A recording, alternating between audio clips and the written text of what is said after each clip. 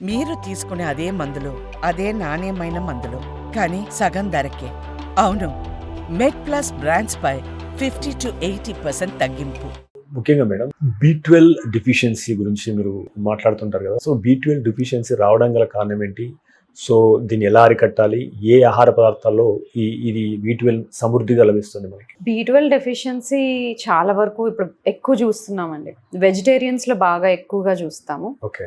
వాళ్ళు మాంసం తినరు కాబట్టి, ఎందుకంటే మాంసంలో మనకి B12 ఎక్కువగా ఉంటుంది. అలాగే ఎగ్స్లోను, గుడ్లలోను.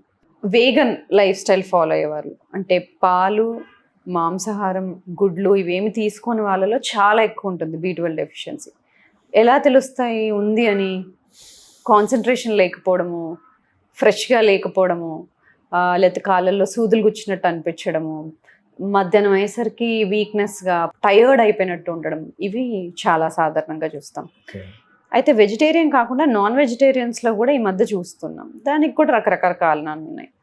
ఒకటి, యాంటాసిడ్స్ ఏమైనా వేసుకుంటున్నారా చాలా కాలంగా, దాని ద్వారా కూడా B12 సరిగ్గా ఒంట్లోకి రాదు. యాంటీబయాటిక్స్ ఏమైనా చాలా కాలంగా వాడారా, లేదంటే డయాబెటీస్ ఉంది, మెట్ఫార్మిన్ లాంటి మందు ఏమైనా వాడుతున్నారా? మెట్ఫార్మిన్ వాడే వాళ్ళల్లో కూడా మనం B12 డెఫిషియన్సీ చూస్తాం. లేదు, ఆల్కహాల్ బాగా ఎక్కువ తీసుకుంటున్నారా?